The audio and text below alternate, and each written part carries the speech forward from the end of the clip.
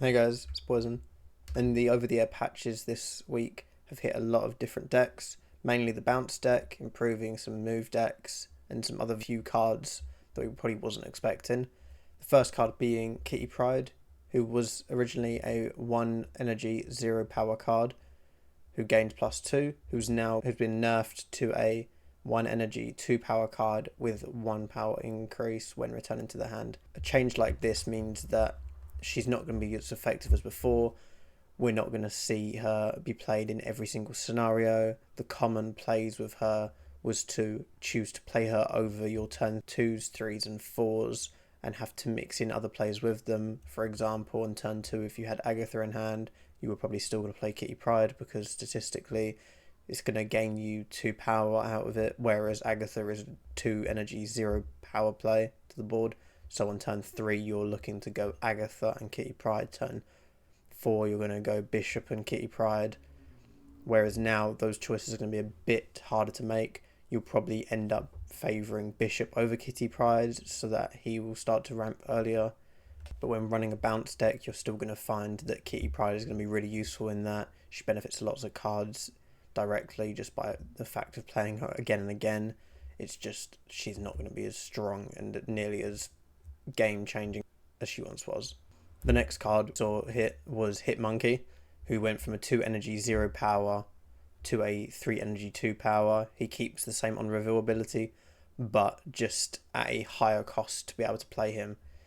Doing this, it means that he's not going to be able to flood the board and make a big advantage like he was before with cards like Sarah, who reduced his cost greatly as well. Being a 2 energy play, at that point, he's still quite expensive when trying to get as many cards on the board as possible on the last turn.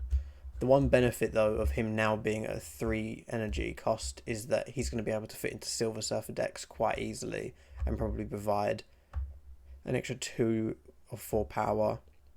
Spider Ham also was changed this patch. He went from a 1 energy 1 power card to a 2 energy 2 power card with keeping the same ability.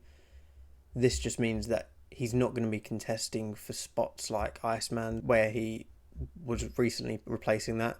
You may end up choosing to use Iceman instead, so he's not just outright beating him in every scenario now. Another benefit is that Spider Ham is going to work in Cerebro 2 decks now, which may make them slightly better as well, and look forward to seeing how that deck shapes out with Spider Ham. Phoenix Force was a big change. It went from a 5 energy 6 power card to a 4 energy 5 power card.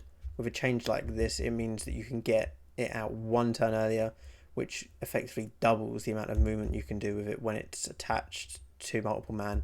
I mean, you're going to get double the amount of multiple men that you previously was.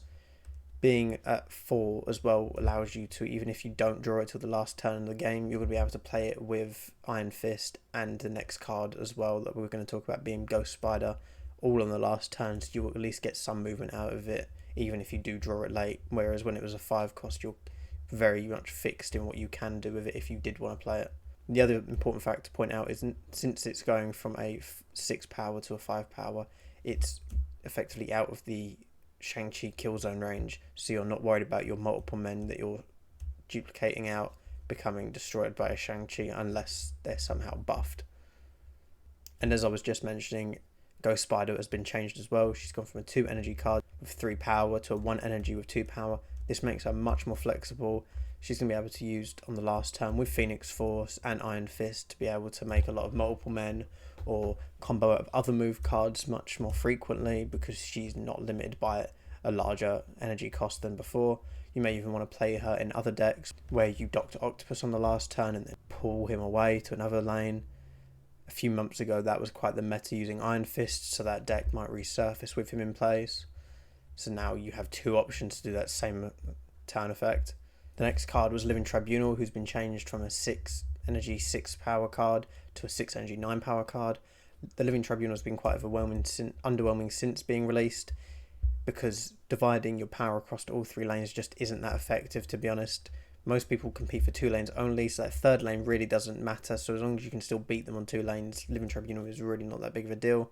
Being at 9 power, he's probably still not that great of an option, and at this point he's also now hittable by Shang-Chi, so people just remove his ability to divide the power anyway. He does have the benefit now, though, that with being a 9 power card, he will be more susceptible to being doubled effectively by Shuri and being able to grow and divide the stats out by himself without needing help with other cards. Magic now is the last one on the list of cards that were changed this patch, which I think is probably the largest change of them all, being from a 5 energy 3 power card to a 3 energy 2 power card.